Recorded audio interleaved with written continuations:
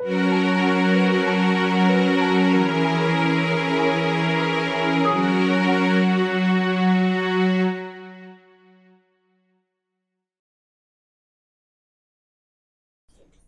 good evening, everyone. Bonjour tout le monde, and welcome to a very special session of conversations at the Royal. Bienvenue, je vous souhaite un chaleureux accueil au Royal. As President and Chief Executive Officer of the Royal, I am deeply proud to welcome two very special friends of the Royal. Tonight we welcome back Her Excellency and author Sharon Johnston and His Excellency, the Right Honourable David Johnston, Governor-General of Canada. You'll notice that normally protocols is His Excellency, the Governor-General, is first, but on this occasion, he is providing spousal support.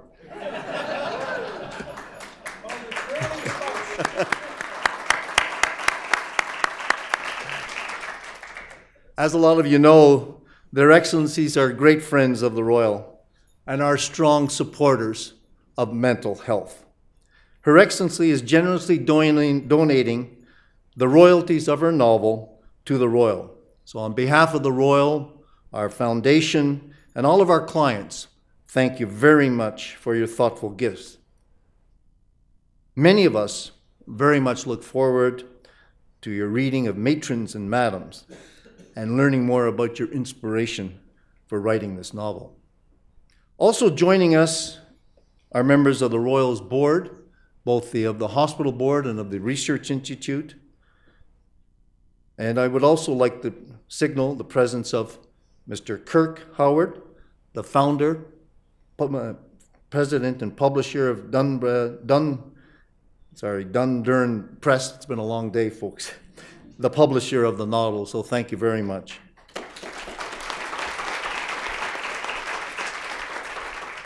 And a very, very special welcome to Constable Linda Malcolm, Sex Trade Liaison Officer with the Vancouver Police Department and a recipient of the Order of Merit of Police Forces.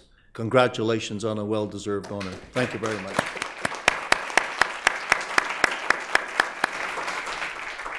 It is now my great honor to introduce Her Excellency Sharon Johnston. You know, while her husband has significant achievements and accomplishments, when you read her mouth-watering resume, she is no slouch whatsoever. She has a long resume and probably take a long time to read out all of her accomplishments and achievements. But a short resume of it is that Sharon Johnston grew up in Sault Ste. Marie, Ontario, graduated with a degree in physical and occupational therapy from the University of Toronto. She completed a doctorate in rehabilitation science from McGill University, and then ran a horse training business called Chatterbox Farm. In her many duties as wife of Governor-General David Johnston, she has recounted and borne witness to the struggles of Canadian veterans struggling and adjusting to life after the Great War and many other conflicts that the Canadians were involved with. Matrons and Madams is Her Excellency's contribution to social history. Based on the women of her family, she tells the stories of two women, both widows after the First World War, who find their lives intertwined in the city of Lethbridge, Alberta. This novel conveys the vast impact of war in a compelling and humane way. War does not only affect individual soldiers deeply, but their whole families and for generations. Here at the Royal, we understand that impact and how it impacts soldiers and veterans with operational stress injuries in the military and their families. The women in this book were trailblazers, providing veterans with the health care and support they needed to readjust to civilian life. Ce soir, nous avons l'occasion de vivre un moment intime avec une écrivaine qui nous offre une perspective humaine sur les vies après la guerre. I am sure you are all very excited to hear more from Matrons and Madams from the esteemed author herself. I would now like to invite Her Excellency Sharon Johnston to the stage. Veuillez accueillir chaleureusement Son Excellence Madame Sharon Johnston. George, thank you very much for a nice summary, which puts it in context and gives some of the background information for everyone can hear. It's good? Yeah. It puts in context the book and some of the history. This is my third launch, and we've had so much fun. So this cannot be, hi Rachel, this cannot be a dull performance, all right? There you go. This is a contest. In any event, George mentioned what led me to write this novel. I just wanted to point out that in the question of the matron is looking after severely wounded soldiers in Britain. And on the other side of the ocean, the madam is looking after severely wounded soldiers in Canada. So these women have something in common, albeit some serious social differences. In any event, in 1998, when I finished my doctorate, I decided that rather than go on to do a postdoctorate, I would look at family history and look at some of the paraphernalia that was in our family artifacts. And what I found were 12 letters of commendation extolling the virtue of my grandmother as a manager of the Galt Hospital in Lethbridge, Alberta. And I asked myself a simple question: why would she need so many, anybody who has been working, why would she need so many letters of commendation? So I booked a flight to Lethbridge and went out to find out why. And when I got to Lethbridge, I met with Greg Ellis, who was the city archivist, and he gave me the board notes for the 10-year period, which was from the Great War to the Great Depression. So a 10-year period in which she was the lady superintendent, the matron. And I looked at these meticulously taken minutes of the board meetings, 350 pages. And of 350 pages, in March 1929, there were 2 pages missing, just slipped out. So I said, what happened? Why? Something happened that they did not want recorded. And so I set out to, not to vindicate my grandmother, but to try to find out what the social circumstances were for her in this. Obviously, she was getting into difficulty. So the resources I used, I was able to speak to somebody who was my mother's best friend, who was in the novel. My mother was brought up in the hospital. The first launch, I cried. I won't cry. But she was a very lonely little girl. At 5 years of age, she starts to, she comes to a new country, and she's living in a hospital, being brought up in a hospital. And I then was able to speak also to a student nurse, a probationer, who actually was a student nurse under my grandmother. And I started to understand some of the publications. What we have to understand of this period after the trauma of the pandemic of flu and the First World War, what we have to understand is that public health, and just, if we look at how we're looking at mental health, public health was absolutely paramount. They had no policies, they had not federal policies, provincial policies, or municipal policies. People were dying of polio, tuberculosis, and probably 35% of the soldiers that came back had socially contracted. I've had to euphemize my language a little bit because I had grandchildren at the last launch. But anyway, STDs, we all know what those are.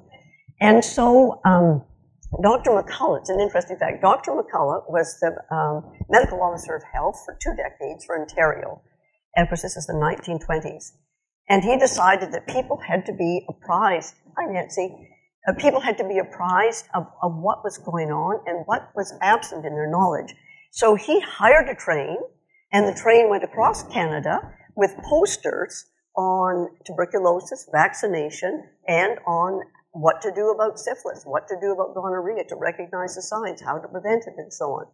So at a time when we don't want to talk about things, and we think, oh, that's a subject we shouldn't get into, in the 1920s, they had it all out there in posters. And so that's the social background.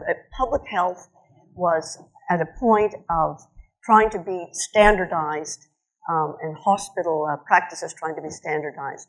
What I learned from the board notes is that my grandmother was being brought or attracted to the Gulf Hospital in Lethbridge to start up, this is in the board notes, to start up a venereal-disease clinic.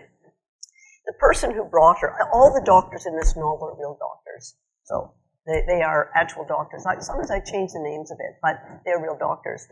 Colonel Newburn, they've just established the Newburn Rehabilitation Center at the University of Alberta. It's just a year old. But Colonel Newburn, at 65, he enlisted. So he went off to war against Sam Hughes' wishes, who said he was too old. But it was Colonel Newburn who brought my grandmother. And the letter that says that, when she's getting into trouble, that letter and all the 12 letters of commendation, they are all with the archivist in Lethbridge.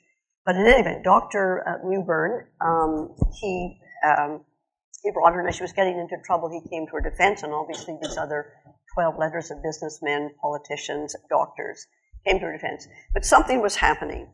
My other readings concentrated on the two female protagonists. So Lily was a person who had a real humanist view of life and what she was doing in life. She was a teacher. She wasn't finding a job when she moved from Cape Breton to Lethbridge. And so she decided that she would, as everybody knows, to do their patriotic service. This is just after the war, so she decided that she would work with the veterans, teach them skills, teach them literacy. Many of them quit school, they're very young. And in the case of my grandmother, of course, I got out all the newspaper archives, and you just have to Google your grandmother, and you sort of hope it'll all be nice.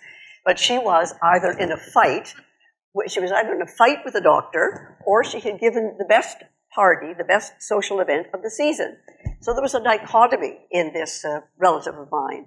And so I decided that these are the two protagonists. You know, one has a dual personality and the other is a very sympathetic young woman. They're about 10 years apart.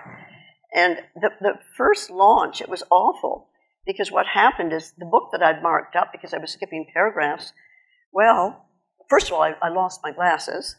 And then having lost my glasses, and I better put them on or I won't know where I am. Then I looked and I thought, oh my Lord, nothing's marked, because they gave me the wrong book. So anyway, I had to do that very quickly. Now, this thing, let's see, let me get to the right part. Okay. If somebody's given me the wrong book again, I'll tell you, you guys are all going to have to chat.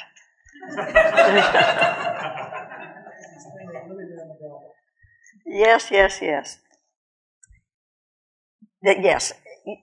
You can see why this person who was very sympathetic, but you'll start to see why she would want to run a brothel that was uniquely catering to some of the social needs. And keep in mind, this is Prohibition. I have to say that. So the best place to get a drink, of course, is in a brothel. They taught dancing lessons. This is all history. This is all based on actual facts that get researched. So they taught dancing lessons. They taught literacy. They gave them a drink, and they did other things besides. Which, with my grandchildren, I had to be careful. So I'm going to read. I wanted to give you a sense, because we are here thinking of mental health, and we're thinking of our own soldiers coming back, and I am a physiotherapist by trade, and since my husband, that I will call David, since he has been the Governor General, I've had the opportunity to really see people who have been wounded and to think about this and to have personal experiences with them. So I'm going to read this, and then you can just ask questions. It's only 7 minutes, so don't get bored. All right? There you go. So, and you'll see as I read this, I put it in context. We're now, I want you to understand the social situation we're in. Public health is in disarray, and I will say that Lethbridge, of course, was Coal Town, amorous bachelors coming from all over, and needs to say prostitution was more or less accepted. So the social experiment of having a segregated area was something quite unique. It was a way of managing the oldest profession. They rivaled Montreal, but in Montreal they worked on the street, and it was dangerous. And I have to say, I sat in these little brothels, and it was quite interesting. I could imagine myself having a drink. There. Now, you're not going to Brazil, dear. A month had passed since Betty's passing, and Easter was fast approaching. Anticipating the pious pleas against sin from the pulpit, Morris and Clara decided it was time to have their own sermon on the medical rather than moral consequences of prostitution. Venereal disease was spreading like wildfire throughout the province. Dr. Orr, who was responsible for public health for Alberta, agreed to attend the public discussion. All citizens concerned with public health were urged to attend. Posters were placed in public buildings and private enterprises. Some were torn down, but not before the message got out. Morris expected a big crowd. He asked Dan if he would speak about his war experience. Dan had returned from Edmonton in a good frame of mind after seeing Dr. James Barnaby, who had used Dan as a case study in Phantom Limb and understood his psychology. On the evening of the meeting, some citizens stood grim-faced outside the Legion Hall, waiting for the doctors to arrive. When Dan turned up looking fit and wearing his artificial legs, many of the unhappy faces turned to smiles. "How you doing, Dan?" was the chorus. He put a thumb up. Clara, sitting with her nurses in the front row, smiled at the gesture. That's the resilience of a true soldier, she thought. Dan sat down next to her, knowing that he held a special place in the matron's heart. Clara, well schooled in grief, had helped him recover from Betty's untimely death. The crowd had gone inside to see Dan's paintings previously donated to the Legion Hall. These works had not sold because of their macabre nature, but his newer work had become very popular. Morris and Dr. Orr sat in the stage platform at the front of the room. Floor-to-ceiling black curtains at each side of the stage were a reminder that this hall had been used for entertainment. Morris leaned towards Dr. Orr and quipped, "I'm not sure these walls have heard the word prostitution before." Dr. Orr laughed and Morris stood up to bring the meeting to order. Mormons, women of the Temperance League, Chinese business owners, and clergy, identifiable by their dress, show the diversity of Lethbridge citizens. Some respectable women, mainly community volunteers, were in attendance, along with the nurses and feather-hatted temperance ladies. Lily stood at the back of the hall. She was ready to flee, but the discussion got too rough on the prostitutes. Dr. Orr stood up after Morris's introduction and recited the shameful statistics. Venereal disease is no way to make Alberta famous, he said. Murmurs erupted, and Morris lifted his hand for silence. Diversity is the mark of your community, he continued. Lethbridge has widespread differences in wealth, moral standards, and race, but no one in this city or any other should ever be afraid to see a doctor. That includes ladies of the night. They are especially terrified of hospitals. Keep in mind that the hospital was right beside the segregated area. It wasn't long to walk. Will the police be called? Will they be arrested? Will they be treated like dirt? These are the questions they ask themselves. When Morris took his turn, he spoke forcefully. I was appointed the medical officer of health for Lethbridge, and with this long title comes responsibility. I'm here today to explain how I and others in authority, rather than acting responsibly, actually did harm. The recent death of the young prostitute, Betty Sanchez, symbolizes our irresponsibility. Morris looked down at Dan, acknowledging his pain. Betty's father, sick with lung disease, returned to Mexico, leaving her to fend for herself at the age of 16. Some of you knew her as the girl who cleaned at the hospital, but she also supplemented what she made in the hospital by working in the brothel, so she could send money to her parents. Morris paused. Some may think she got what she deserved. She was a prostitute. But that belief ignores the fact that all men and women live under the same heavenly roof. Vocal eruptions started, and Morris raised his hand again until there was silence. Betty Sanchez was recently under my care after she contracted hepatitis. The Randy Bullock scam is widely known in Lethbridge. I don't have to repeat details. Betty did not have venereal disease, but either illness is highly contagious and should always be treated by a doctor. So let her death be the warning that people at high risk must be able to seek immediate medical care. Dr. Orr got up. In the context of the war, he said, we didn't judge soldiers or prostitutes harshly. We've asked Dan McIntyre, someone who survived the war, to share this reality. Dan stood facing the audience, leaning against the stage platform. The doctor sat down. A minute passed before Dan broke the silence. He spoke simply and plainly, choosing his words carefully. I enlisted because I thought going overseas would be exciting. War isn't exciting, it's awful. Dan gestured towards the wall where the macabre art was displayed. Soldiers are terrified. They might die. So in the short respite from battle, my pals and I would visit a brothel. Let me just get myself here. Those prostitutes kept us human. They were barmaids, laundresses, working girls, widows, and wives. In a town whose name we'd always forget, we never forgot the prostitutes. Her name we carried into the next fight. It looked as though Dan might stop, and Morris leaned forward. Go on with your story, Dan. It's important for these people to hear. I'm a young man without legs. Some of the boys lost their arms. Some can't see. Us banged-up fellas can't court a girl properly. Maybe it's a bouquet of flowers we can't carry, or a walk in the park we can't manage. We begin to feel we have nothing to offer. I have a friend who survived the war and then committed suicide. Another pal contemplated it. I thought of killing myself, but I didn't, because a prostitute, Betty Sanchez, found the person within me that had been crushed or distorted. She made this disfigured man feel attractive. Dan stood staring at the faces. Betty Sanchez was carrying my baby when she died. Dan sat down suddenly, and Clara handed him her handkerchief. Some of the ladies squirmed in their seats when Dan associated prostitution with motherhood. There was a bit of chit-chat and then silence. Thank you, Dan, Dr. Orr said. Our brave soldiers went overseas, and thousands came back with venereal disease, he continued. But now the war is over, and our frame of reference must change. He then handed the conversation over to Morris, who talked about the clinic that would be established at the hospital. Morris stressed the anonymity, that anonymity would be assured to anyone seeking care or consultation.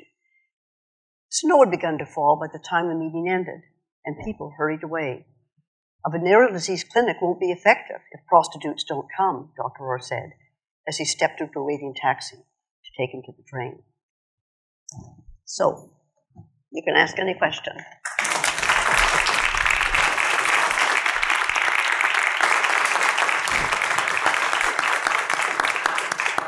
Thank you very much, Sharon. It was great. And it's interesting that we're still dealing with stigma for chronic diseases, eh? And even with the passage of time, it kind of moves on. So maybe if I could, well, I'm sure there will be other questions, maybe just to start the questioning. How did Lily, a teacher, go from Nova Scotia? What attracted her to Lethbridge? What was the background on that? She had done very well in normal school in Truro, Nova Scotia. She became a teacher, very good teacher, and she worked in Glace Bay. And she, with her minor husband, she moved because he had a history that they wanted a fresh start. So they moved out to Lethbridge. Keep in mind the unions were so active at this time. The American unions were trying to get, all the Canadians hooked up. And and so she goes out so they can have a fresh start. And of course, it's coal mining in Cape Breton and coal mining there. And I don't want to tell the story what happens, but obviously things happen to her. And she's in economic distress, and she has a baby. And so, and she can't find a teaching job. It was interesting because they wanted to hire American teachers. They didn't like the Cape Breton curriculum, too old-fashioned. And so they didn't really want Eastern teachers, maybe as east as Ontario, but they liked the Americans. Montana's not far away.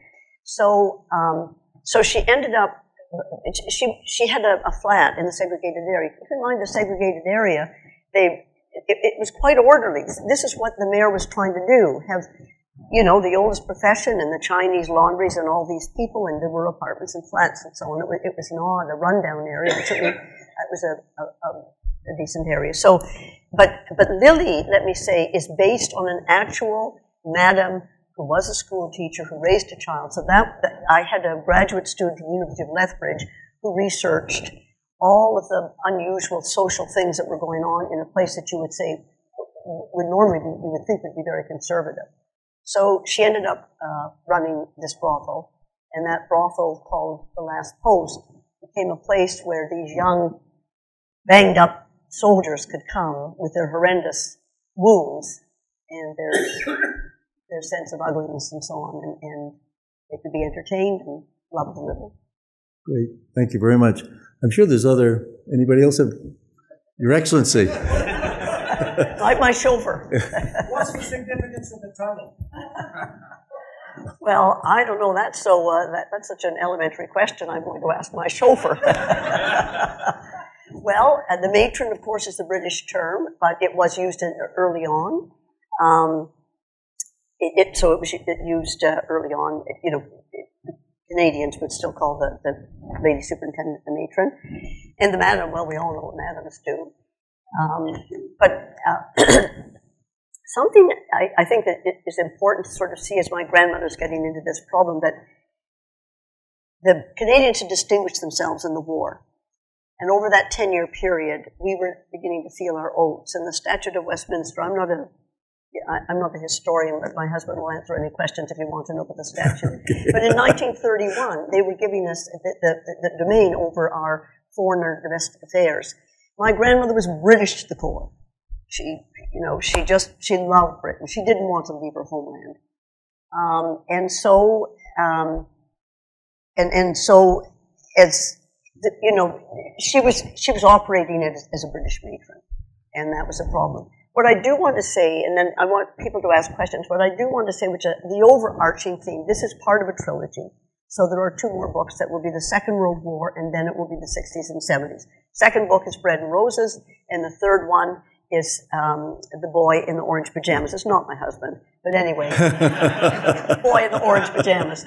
But the overarching theme, and perhaps the reason that I feel so comfortable when I am saying mental health is so important, is that it's not until the 4th generation. It was my little grandchildren who were in the audience as I was talking about this, because you look at fatherlessness, you look at economic hardship, and you look at relocation.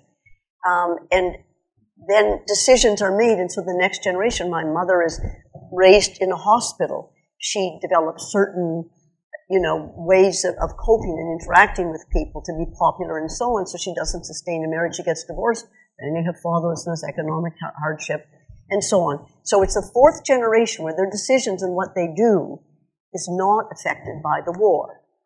At the first launch, it was amazing to me. So many people said, well, mental illness, it's the same thing. If somebody's mentally ill in the family, it's not the next generation doesn't escape the pain of it all.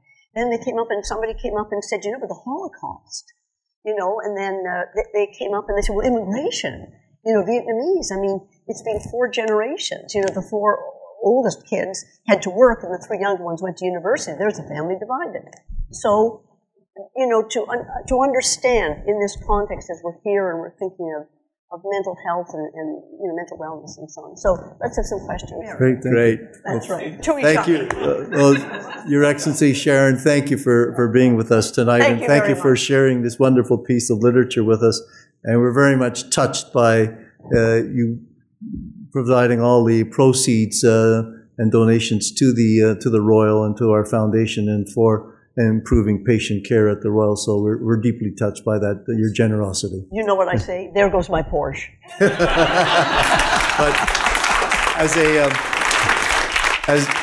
thank you, Sharon. Well, just before we close, as a small token of appreciation, we'd like to present this small gift to you that was created by one of our former patients. That's wonderful. Right. That's wonderful. Let me tuck that in my arm. Hey. This is fun. And thank you for giving me a platform. Platforms are my passion. You're very welcome. Well, it's wonderful. We're hoping you'll be back for the next 2 books also, too. Yes, I'm well into the 2nd book. That's well in its way. Oh. Well, can we look at it? Yeah, let's open it. Okay. Yeah, look at how we interfered, you see. Here I'm opening my gifts. You know what I say? He wants me back in the cupboard. I'm getting too much attention. But the title on that book was right.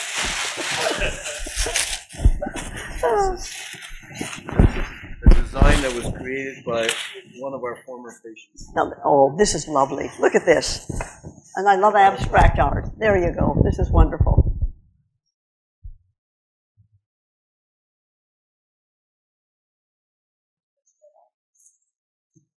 Thank you. Great. Thank you. I'm going to treasure that. Thank you. Well, thank you again, Your Excellencies and Sharon. Again, this concludes our evening. I hope you enjoyed this conversation at the Royal.